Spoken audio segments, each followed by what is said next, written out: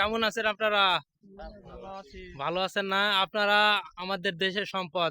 এই যে এত পরিশ্রম করে যে আমার রক্ত ঘামানো যে ঘাম, দুমুঠো খাবার খাচ্ছি, এটাই তো শুকরিয়া সৃষ্টিকর্তার কাছে। কেননা আমিও কৃষকের সন্তান।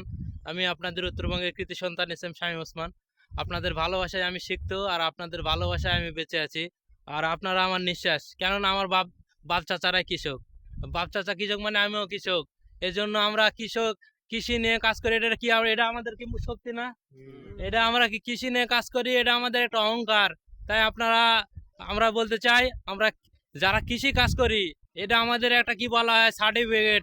এই সার্টিফিকেট কি আমরা মানুষের মুখে কি খাবার জুগিয়ে দিই, এর চেয়ে আর কি আছে? এটা একটা কি ভাই, এটা একটা ইবাদত বলা যায়। মানুষের অন্ন জুগিয়ে দেওয়া একটা খুব একটা মহৎ কাজ। তাই আপনাদেরকে বলবো, আমরা কৃষির সঙ্গে আছি, থাকবো এই প্রতিশ্রুতি নিয়ে। কি ভাই, আমরা থাকবো না?